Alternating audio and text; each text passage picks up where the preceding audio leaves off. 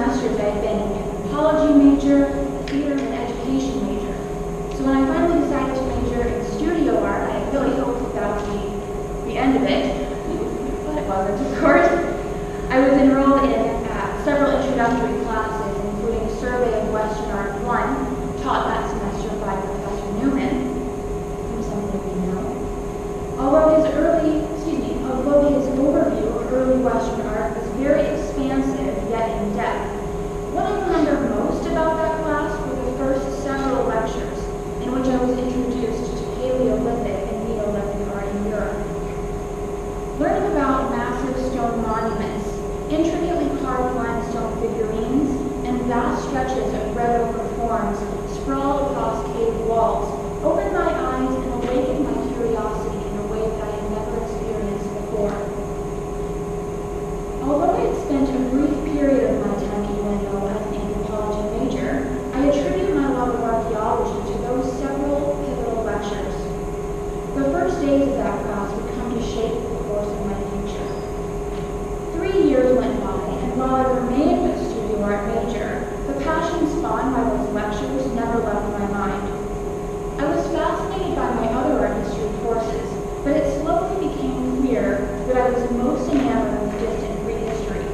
Not only the art and architecture, but the values of the societies that made those works, and their reasons for doing so. I knew I had to find out more, so in the summer of 2015, my thoughts began to turn to archaeology as a possible career field. I began to research archaeology master's programs all over the United States and jumped at the chance to visit an archaeological excavation during a summer vacation to South Dakota. The Mitchell Prehistoric Indian Village was inhabited 1,100 years ago by farmers and skilled hunters who lived in urban lodges. Today, the village is excavated annually by students from Exeter University in Exeter, England, and from Augustana University in Sioux Falls, South Dakota. When I visited, excavations were already well underway. I asked many questions of the tour guide, who ultimately introduced me to the excavation directors for further assistance. I was extremely fortunate to spend over an hour with Dr. Hannes of Augustana University and Dr. Outram of Exeter University, discussing my archaeological interests and future plans. When I told them I was most interested in dolmens and other Neolithic architecture, they suggested that I look at master's programs in Europe, an idea that had, until that moment, never once crossed my mind. In addition, they recommended that I might have a better chance of being accepted to a master's program in archaeology if I changed my major to something more closely related, like art history, or anthropology. The professors and I exchanged contact information and promised to be in touch. A few short weeks later, I received a packet in the mail from Dr. Hannes with information about universities in the UK and Ireland. I was floored by the idea of earning a master's degree abroad, studying Neolithic stone structures in person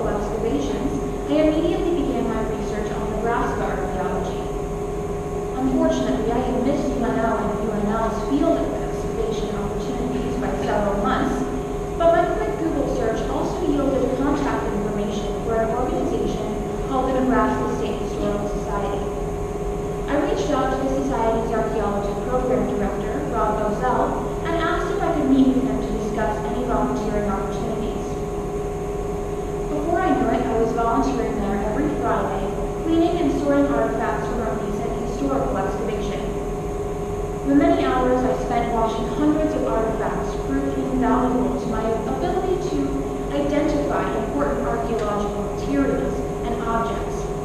But not all of my time was spent bent over the sink. My crisp autumn Fridays also included learning how to create digital maps of sites, how to conduct walking surveys over vast expanses of cornfields and soybean fields, how to draw profiles of excavation units, and crucially, how to excavate. That semester, I was also inundated with a wealth of academic knowledge. I had enrolled in 4 upper-level courses: ancient art history, early medieval art history, gender and sexuality in antiquity, and introduction to methodology. Although I had never before appreciated ancient art, taking Dr. Sandhoff's gender and sexuality in antiquity class gave me a completely new perspective on women's agency and experience, gender fluidity, and sexual dynamics in the ancient past. The ideas I was exposed to in that class would continue to influence my perception of art and archaeology throughout the duration of my undergraduate and graduate programs. In early medieval art history, my love for the Neolithic period architecture intensified with my introduction to passage tombs in Ireland.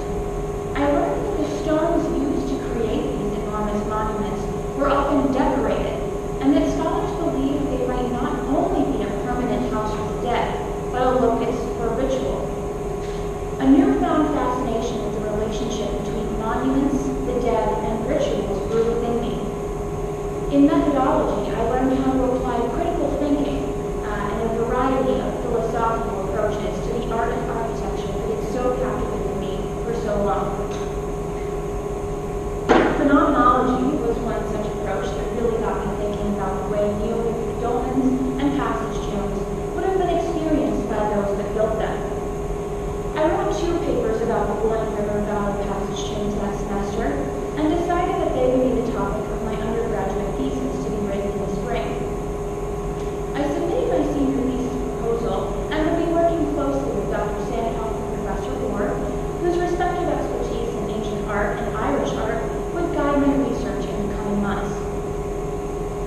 As the fall semester drew to a close, I began to make preparations for submitting applications to universities in York, Cardiff, Edinburgh, and Dublin.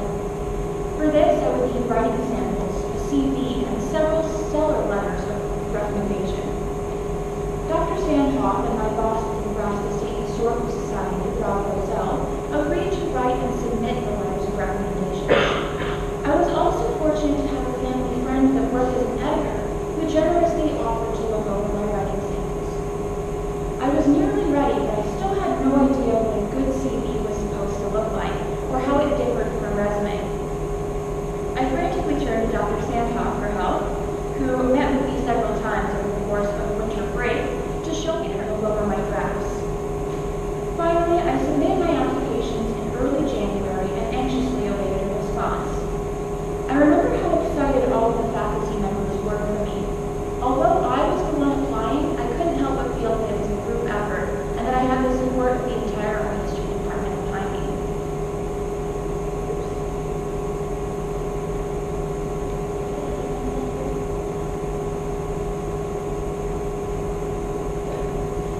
Meanwhile, I continued to volunteer for the Nebraska State Historical Society. I was so enthusiastic about the work that I was doing there and all I was learning about archaeology in the Great Plains, and I began to wish that I could dedicate more time to it. So near the end of winter break, I decided to ask my boss if there might be an opportunity to transition from a volunteer position to a paid one. Although there were no positions available at that time, in just a few short weeks he was able to allocate funds to employ me on a short-term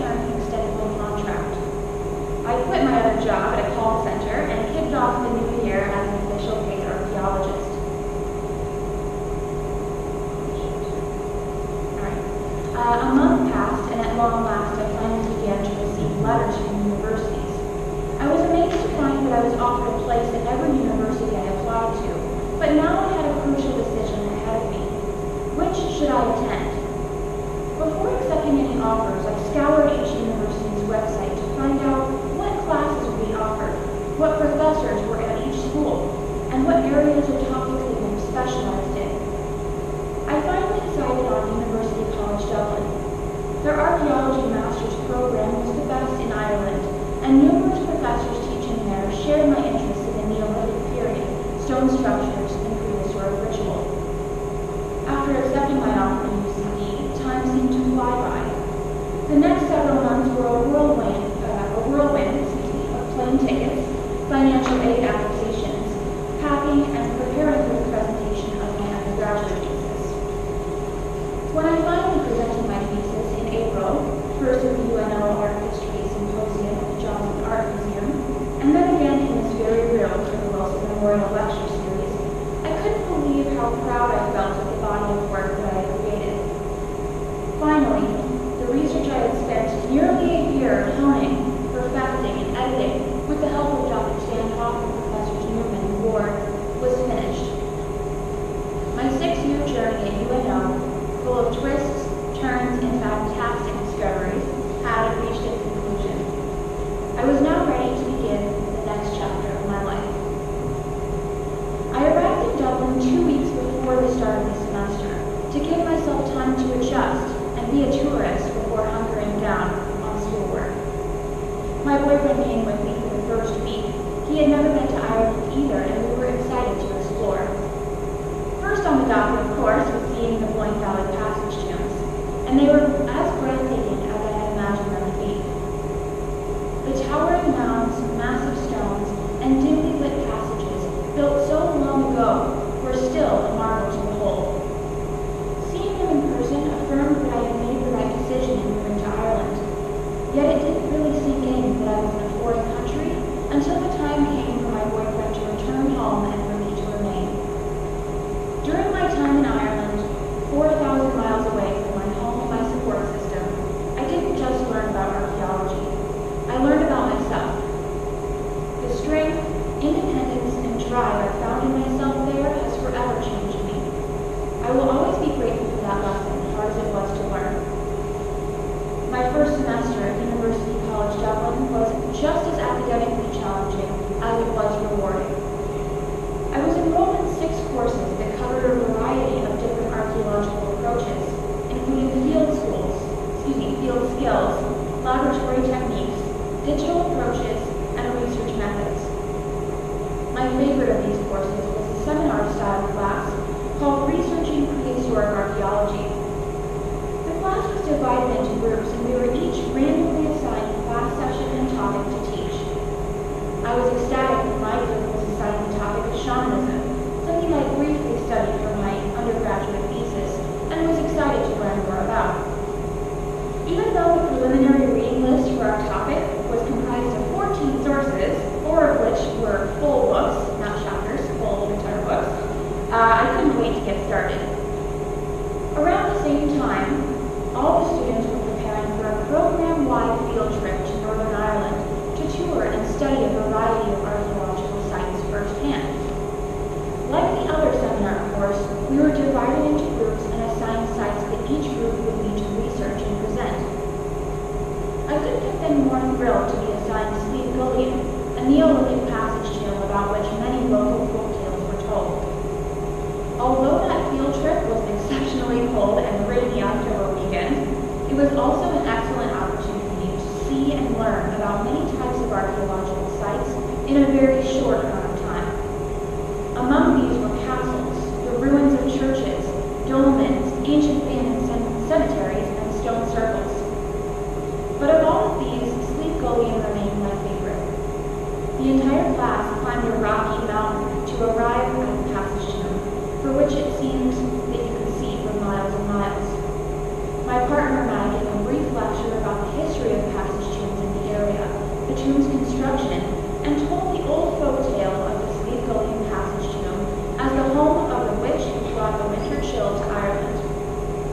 Being in the passage as we told the story, with winds and rain howling outside, I could understand how past people might have made associated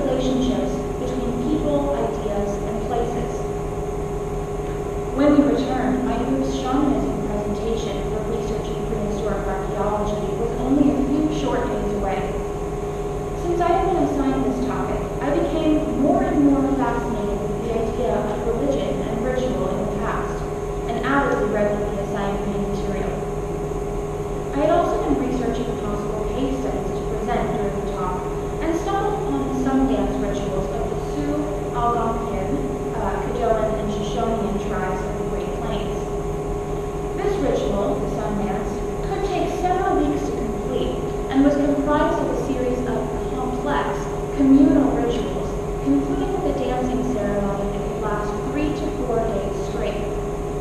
The flesh of the dancers would be pierced by hooks attached to a central pole. As they moved around the pole, dancers would lean away from it while chanting and drumming filled the air around them. When their skin finally broke, releasing them from the pole, dancers would fall onto their backs in a state of delirium to receive spiritual power and wisdom. Although I didn't know it at the time, learning about this ritual was something of a turning point for me. I had never known much about Native American religion before this moment, and now I was captivated. In presenting this topic, I was also introduced to the professor who would later become my thesis advisor, Dr. Alan Peatfield, who sat in on the lecture and encouraged discussion among the class. It was after this lecture that I knew for sure that my future in archaeology would revolve around shamanism, religion, and ritual. The passion I felt for describing shamanic experiences, whether in the Great Plains of North America or deep within the passage chains of Ireland, was electrifying. As the first semester of the master's program was winding down, I was presented with yet another opportunity to write about shamanism for research in prehistoric archaeology. I had been wondering for some time about who was able to conduct rituals or become a shaman, so I started my research by trying to find examples of female shamans throughout the world. I met with Dr. Peatfield to discuss my idea and see whether he knew of any local examples, and he directed me to the discovery of a female shaman's burial in Israel dated to 10,000 BC. This burial was incredibly complex, built with mud plaster and limestone slabs, and contained the body of a 40 to 45-year-old woman surrounded by a large quantity of very unusual items. These include a complete human foot, the ring tip of a golden eagle, a leopard pelvis, and over 50 tortoise shells. Archaeologists identified this burial as that of a female shaman because of the reverence with which her body was treated, as well as the presence of objects representing high status and the plethora of rare animal remains. My research for this paper also led me to a 2,000-year-old female shaman burial in the easternmost tip of Russia by Alaska. Surrounded by a border of whale bones and slate slabs, this woman's burial featured several different types of ritually significant objects, including a mask representing a god known as the Master of the Universe, a towing hook carved into the shape of a well-known sea goddess, a polar bear figurine, a painted wooden staff, and a walrus tusk carving, again, of a human foot. Not sure why. There's nothing related to human feet in shamanism necessarily. A large number of objects associated with hunting were also found among the grave goods, leading archaeologists to believe that this woman's husband was a shaman, and that after his death, the woman had taken over his role as shaman and keeper of tribal traditions. As I wrote this paper, I felt as though all of my passions developed during the course of my undergraduate program were finally coming together. My fascination with prehistory, ritual, and women's experiences in the distant past could all be traced back to Survey of Western Art History 1, Gender and Sexuality in Antiquity, and Early Medieval Art History. Everything I had been interested in for years had finally manifested in a single topic: the burials of prehistoric female shamans. The deadline to submit my graduate program thesis proposal was approaching, and I knew that this is what I'd like to focus on, but I wasn't sure what questions I was hoping to answer for my research. At the start of the spring semester, I scheduled an appointment with Dr. Peatfield to discuss my ideas. We agreed that it might be pertinent to compare the burials of male shamans to female shamans from the same culture or region to determine if their tools or practices might differ based only on gender. My research turned up a number of shaman burials, both male and female, throughout North, South, and Central America, so I decided here. I developed my thesis proposal with Dr. Peatfield's help, and he was assigned to be my supervisor.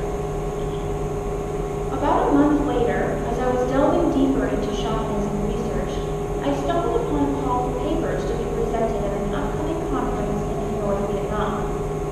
Hosted by an organization called the International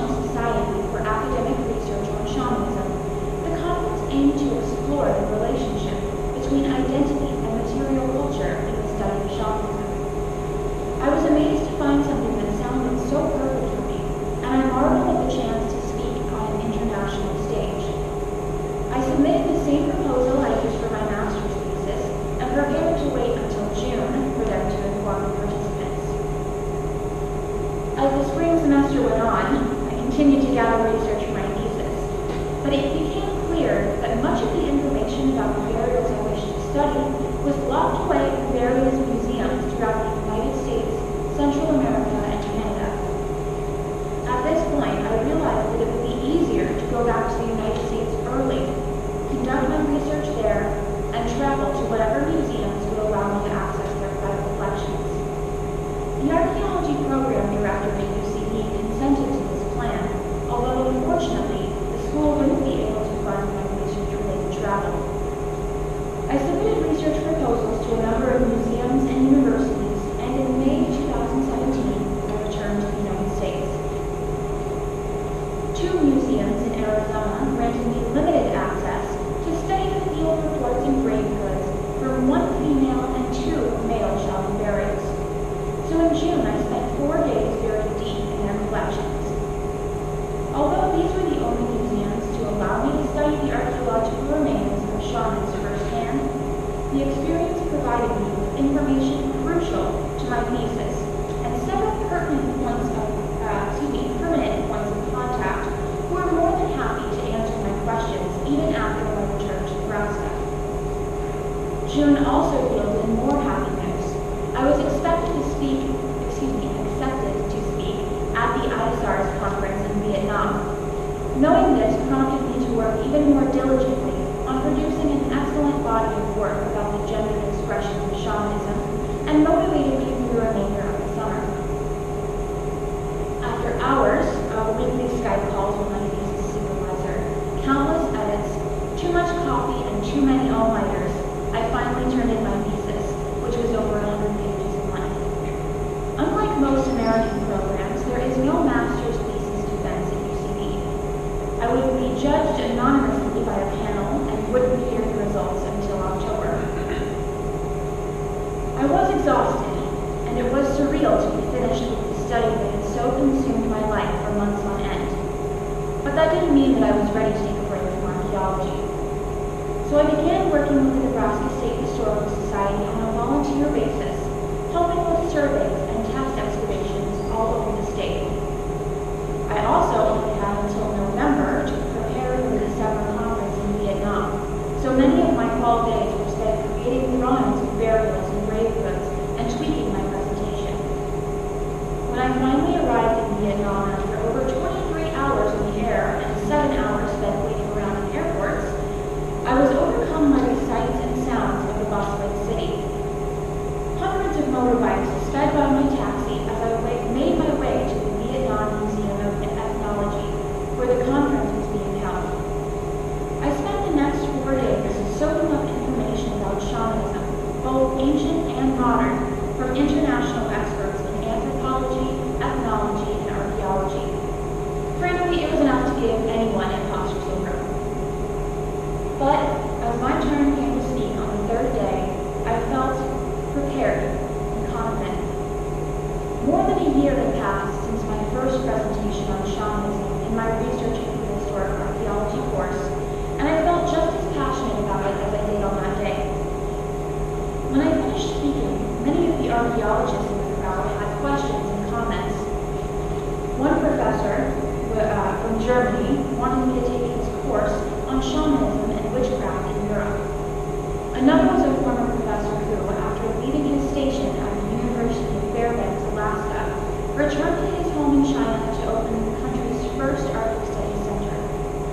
When he gave me his card, he suggested that I come to work for him once I received a PhD. I was extremely humbled by these offers and was so grateful for the opportunity to network with such influential people in my field who seemed genuinely interested in my work. On the final day of the conference, ISARS hosted an excursion to a temple 2 hours outside of Hanoi, where we could witness a traditional Vietnamese shamanic ritual. The crowd was enraptured as we watched the shaman be possessed by spirits,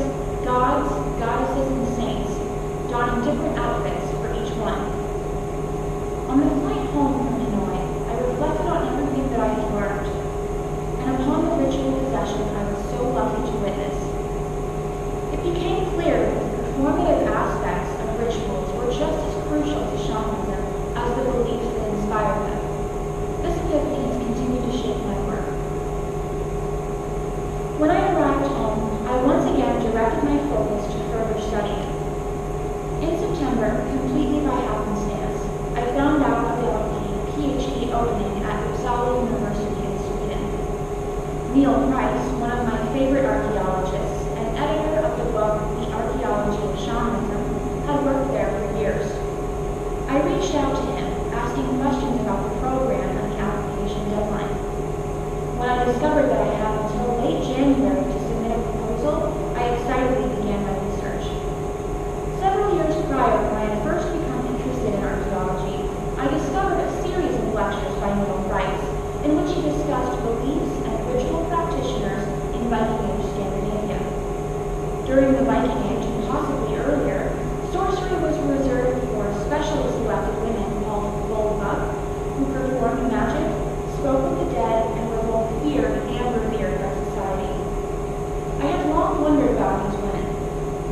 When and how did women become the only ones able to perform these rituals? Finding the origin of female sorcerers and their practices in Europe became the focus of my proposal.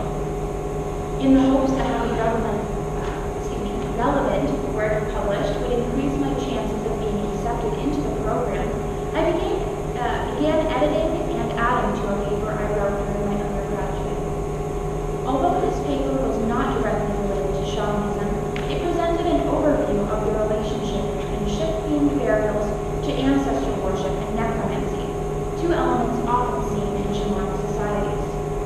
I submitted the article for consideration to the International Student Journal of Research and Archaeology in November. After what seemed like an endless wait, I was thrilled when I finally received word in January that my first article was to be published. I updated my CV to include the publication and sent it along with my PhD application to Uppsala University. What followed were the longest 4 months of my life, and never before had my patience been so heavy. But in the meantime, I tried to stay busy.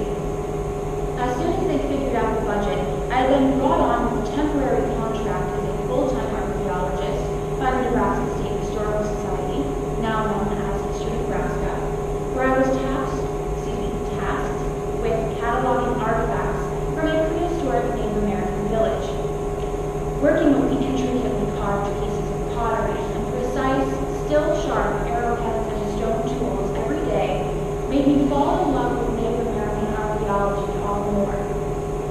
In addition, thanks to Dr. Duran, Dr. Sandhoff, and Professor Everly, I conducted several guest lectures for the Art History Department at UNO, becoming more and more comfortable with myself and my expertise each time I stood before a class. Still, the PhD application was never far from my mind.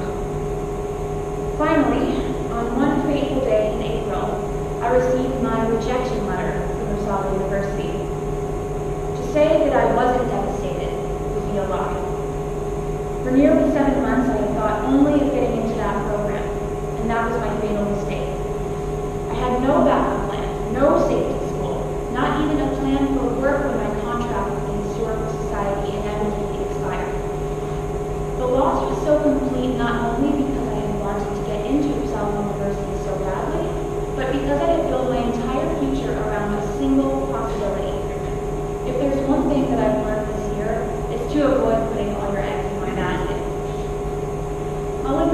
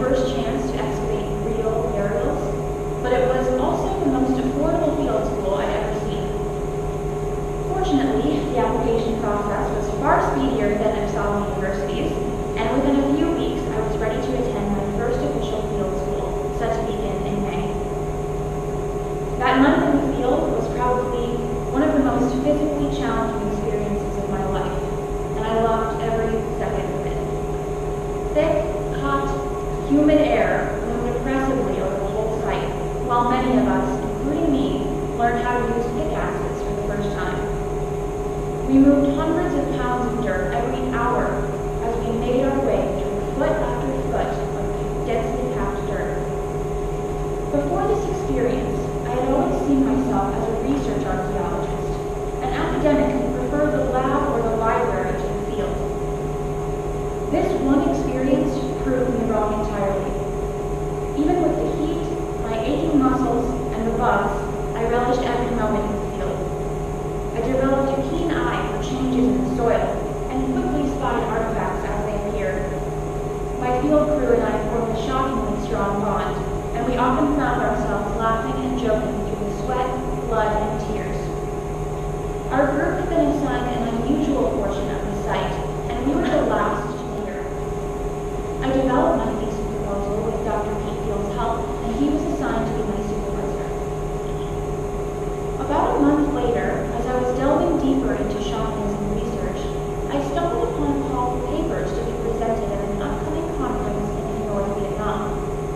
Hosted by an organization called the International Society for Academic Research on Shamanism, the conference aimed to explore the relationship between identity and material culture in the study of shamanism. I was amazed to find something that sounded so perfect for me, and I marveled at the chance to speak on an international stage.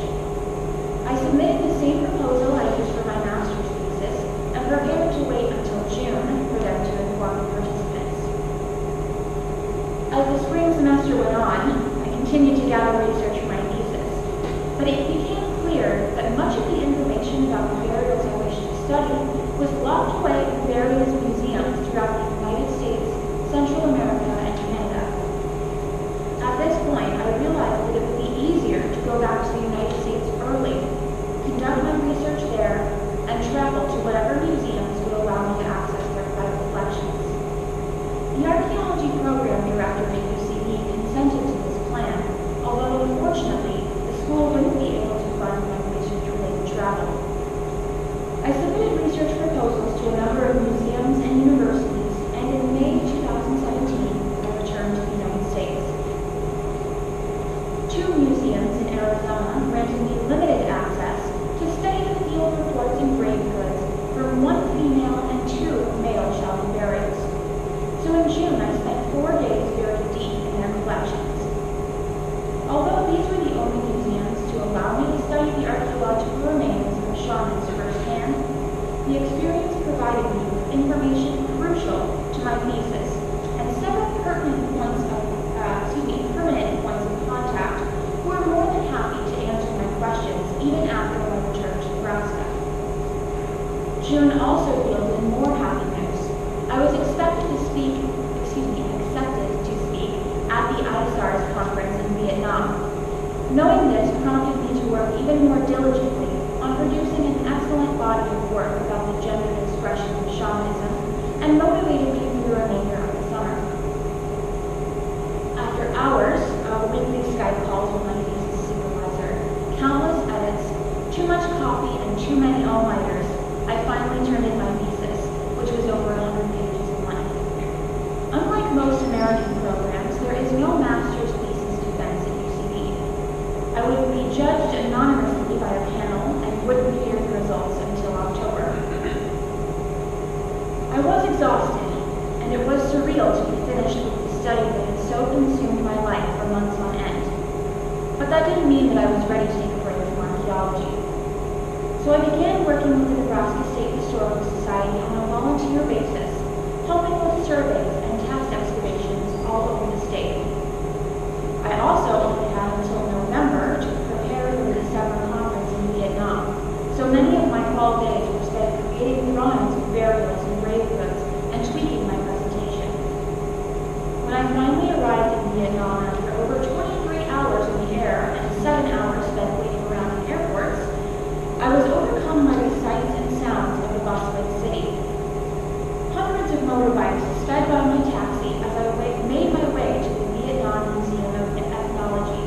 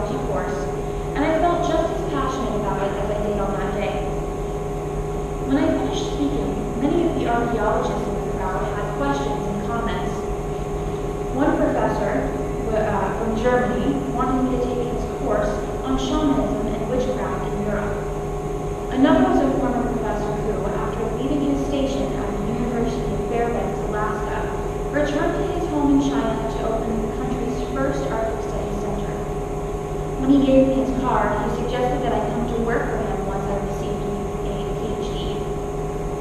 I was extremely humbled by these offers and was so grateful for the opportunity to network with such influential people in my field who seemed genuinely interested in my work. On the final day of the conference, ISARS hosted an excursion to a temple 2 hours outside Hanoi, where we could witness a traditional Vietnamese shamanic ritual. The crowd was enraptured as we watched the shaman be possessed by spirits, gods, goddesses, and saints, donning different outfits for each one. On the flight home from Hanoi, I reflected on everything that I had learned, and upon the ritual possession I was so lucky to witness. It became clear that the performative aspects of rituals were just as crucial to shamanism as the beliefs that inspired them. This epiphany has continued to shape my work. When I arrived home, I once again directed my focus to further study. In September, completely by happenstance, I found out about the PhD opening at Uppsala University in Sweden. Neil Price, one of my favorite archaeologists and editor of the book The Archaeology of Shamanism, had worked there for years. I reached out to him, asking questions about the program and the application deadline. When I discovered that I had until late January to submit a proposal, I excitedly began my research. Several years prior, when I had first become interested in archaeology, I discovered a series of lectures by Neil Price, in which he discussed beliefs and ritual practitioners in Viking Age Scandinavia. During the Viking Age, and possibly earlier, sorcery was reserved for specially selected women called Volva, who performed magic, spoke with the dead, and were both feared and revered by society. I had long wondered about these women. When and how did women become the only ones able to perform these rituals? Finding the origin of female sorcerers and their practices in Europe became the focus of my proposal. In the hopes that having relevant work published would increase my chances of being accepted into the program, I began editing and adding to a paper I wrote during my undergraduate. Although this paper was not directly related to shamanism, it presented an overview of the relationship between ship-themed burials to ancestor worship and necromancy, two elements often seen in shamanic societies. I submitted the article for consideration to the International Student Journal of Research and Archaeology in November. After what seemed like an endless wait, I was thrilled when I finally received word in January that my first article was to be published. I updated my CV to include the publication and sent it along with my PhD application to Uppsala University. What followed were the longest 4 months of my life, and never before had my patience been so tested. But in the meantime, I tried to stay busy. As soon as they figured out the budget, I then brought on a temporary contract as a full-time archaeologist by the Nebraska State Historical Society, now known as History Nebraska, where I was tasked with cataloging artifacts from a prehistoric Native American village. Working with the intricately carved pieces of pottery and precise, still sharp arrowheads and stone tools every day made me fall in love with Native American archaeology all the more. In addition, thanks to Dr. Duran, Dr. Sandhoff, and Professor Everly, I conducted several guest lectures for the Art History Department at UNO, becoming more and more comfortable with myself and my expertise each time I stood before a class. Still, the PhD application was never far from my mind. Finally, on one fateful day in April, I received my rejection letter from Uppsala University. To say that I wasn't devastated would be a lie. For nearly 7 months, I had thought only of getting into that program, and that was my fatal mistake. I had no backup plan, no safety school, not even a plan for work when my contract with the Historical Society inevitably expired. The loss was so complete not only because I had wanted to get into Uppsala University so badly, but because I had built my entire future around a single possibility.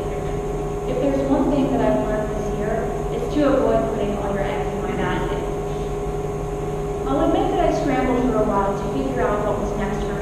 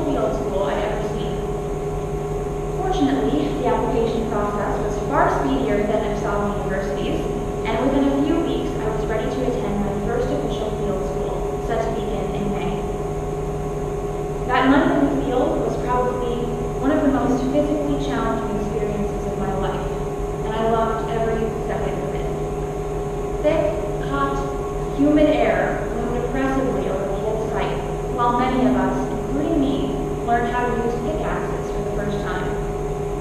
We moved hundreds of pounds of dirt every hour as we made our way through foot after foot of densely packed dirt. Before this experience, I had always seen myself as a research archaeologist, an academic who preferred the lab or the library to the field. This one experience proved me wrong entirely. Even with the heat, my aching muscles, and the bugs, I relished every moment in the field. I developed a keen eye for changes in the soil and quickly spotted artifacts as they appeared. My field crew and I formed a shockingly strong bond, and we often found ourselves laughing and joking through sweat, blood, and tears.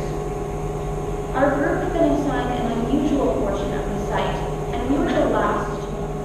But finally, after digging more than 6 feet below the surface, we uncovered our skeleton.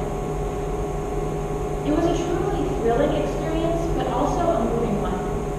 Although I had taken a course in human osteology at UCD, studying skeletons and skulls in the lab was a vastly different experience than uncovering them from the place where they had been deposited by family, friends, and the community that knew them well. Our skeleton had no grave marker.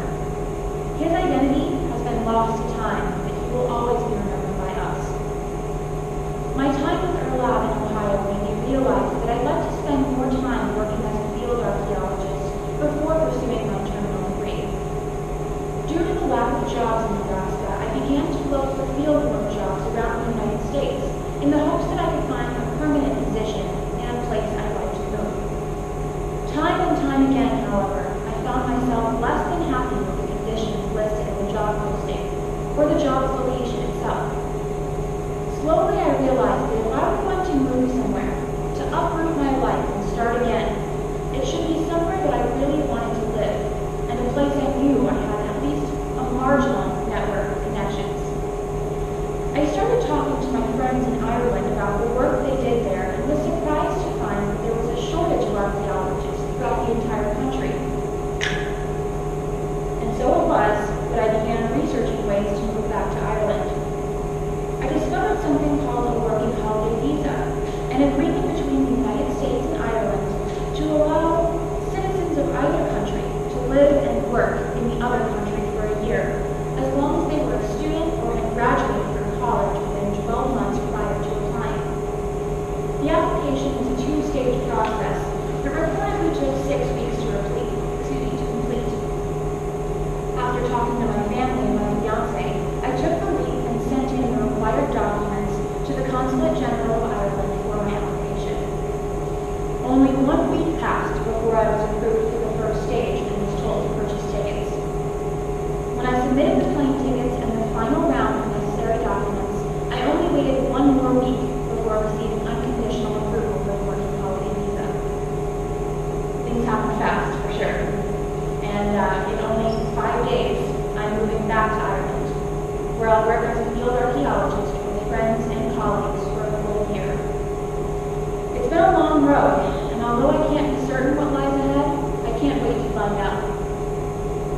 Before I conclude this lecture, I'll leave you with the lessons I've learned along the way. A professor at UCD once told me, "No one cares about your future more than you do." This is a lesson that's really stuck with me. Caring about your future is your job. Being proactive and asking questions are crucial to your success. In that same vein, it never hurts to ask about opportunities to be involved in or learn about something that you're interested in. If they say no, or if you're faced with an obstacle or an adversity, as we all are from time to time, it's crucial that you persist. If you truly want something, you can't let it slip away. You have to be willing to do the work, face the rejections before the successes, and push back against adversity as it comes your way. Even if you slip up, even if you fail, remember that you're still so young and that your life is all about learning from your mistakes. Get back up and persist. Fighting for your dreams requires a certain bravery, a bold step into the unknown. If you do this, you'll discover that you're stronger than you ever knew. Thank you.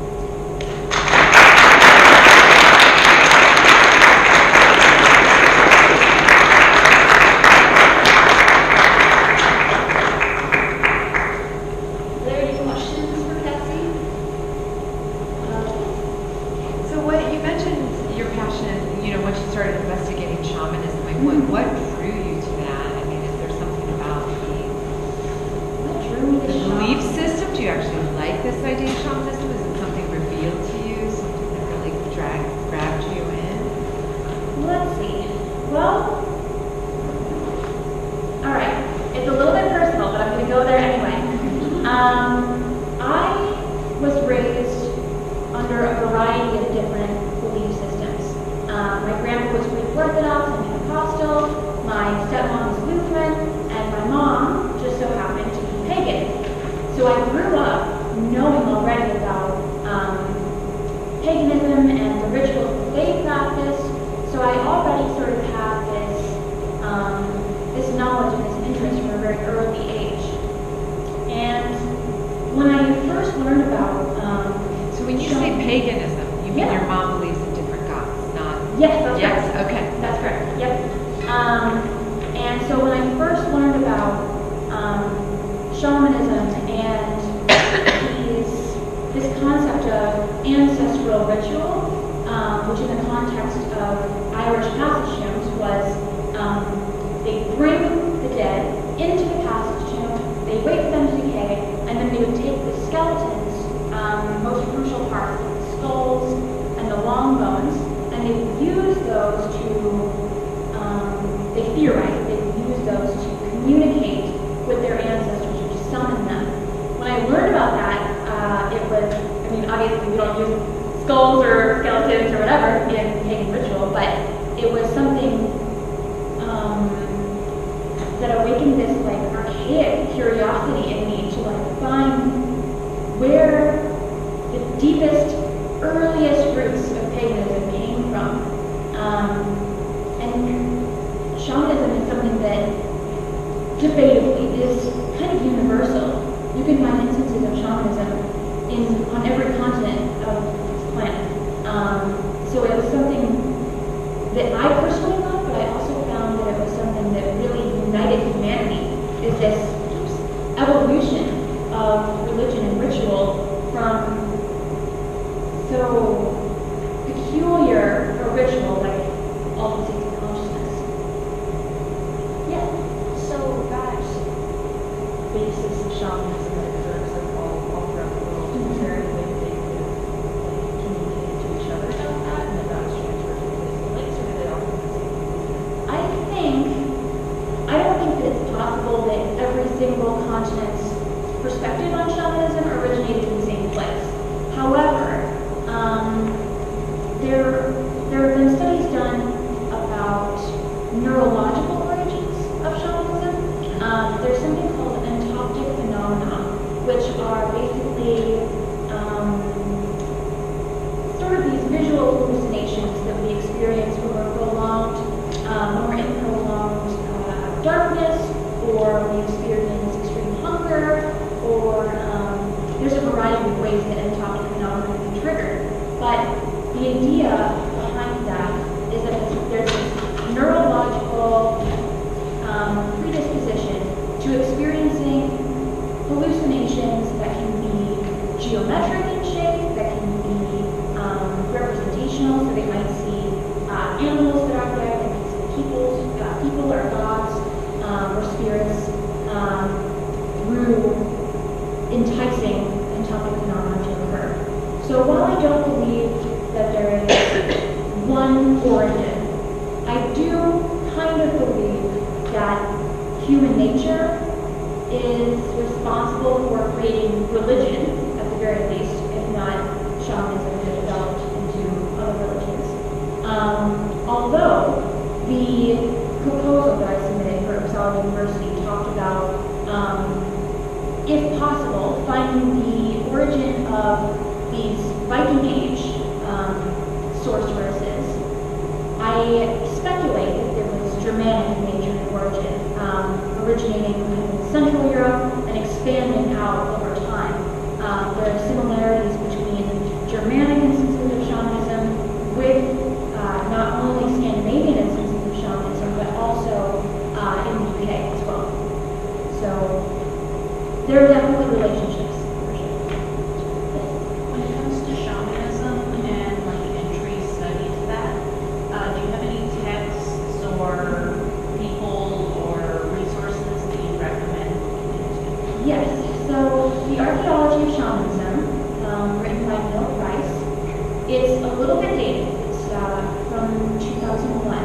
but it's a really good introductory text. It's quite short, but it gives kind of an overview of shamanism from different time periods and different regions throughout the world. Yes? I just wanted to ask that there's a class at the university in the religious studies department taught by a great Islamic. It's called shamanism. Yeah, there's that one. It's a great class. Very cool. No. Anything else? Yes. I would like to ask you to speak a little bit more about travel, particularly because over the course of my career, I have found that Americans are growing less and less foreign. Certainly the trends seem to indicate that people are going to university more locally than ever. But it seems to me that without the willingness and bravery to get away from the local, you might actually work against yourself. Well, my travel in a lot of times was dictated by what I wanted to study, and I feel that if you're going to study something, you might as well study it firsthand.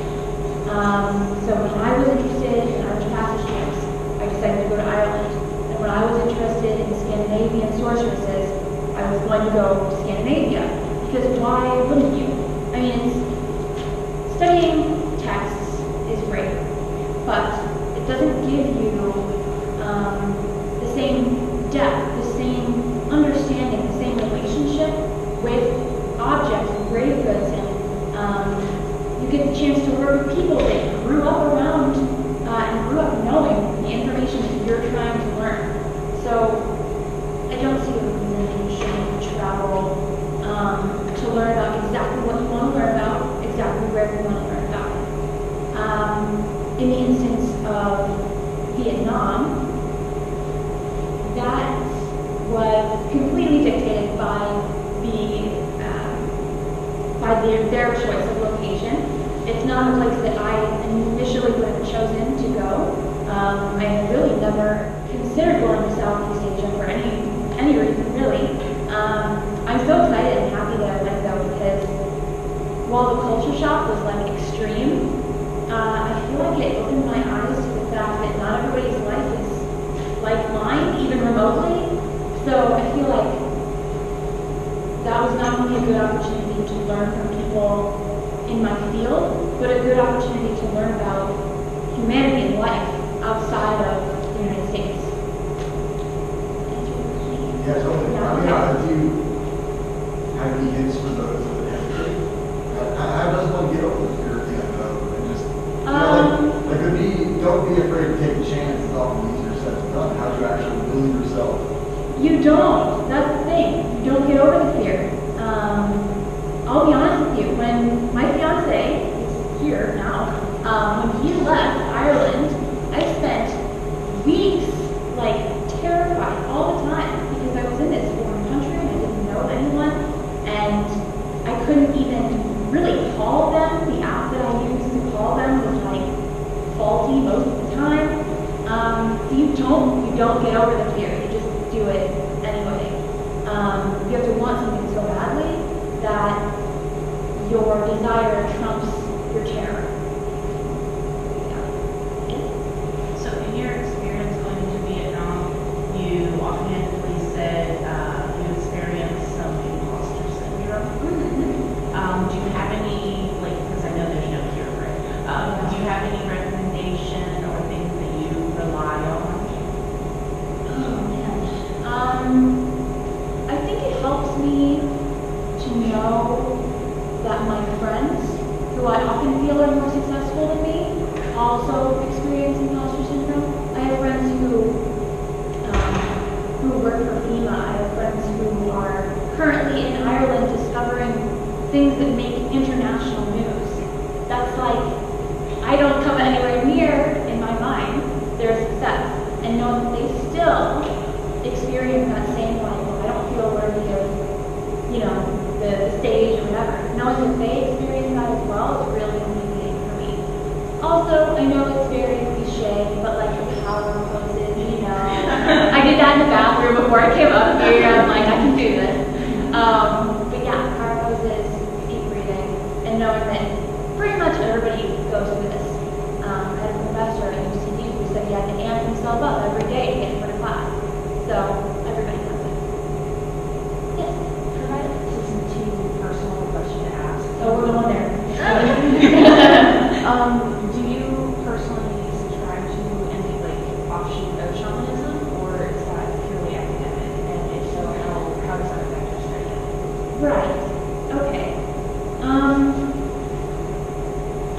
It is personal, but we'll go into it.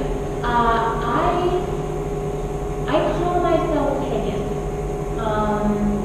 There are things that I've learned in my archaeological studies that have influenced my practices rather than the other way around. But there's a lot of problems with a white person calling themselves a shaman.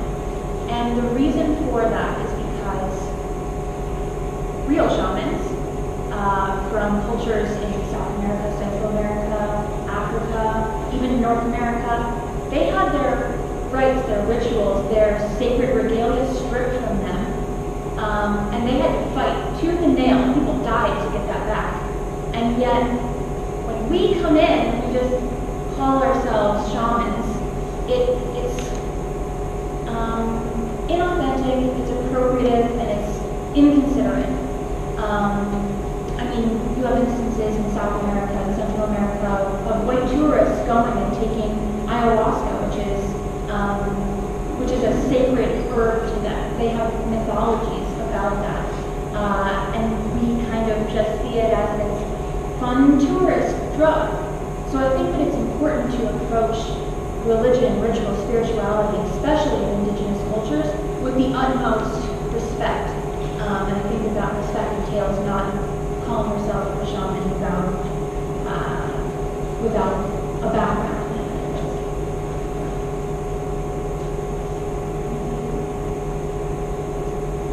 Yes. Just adding to that, shamanism in Central Asian culture is village based, and there's only one shaman in the village. And so they can't just go, okay, I'm going to be like you. That's my grandma, he's real long.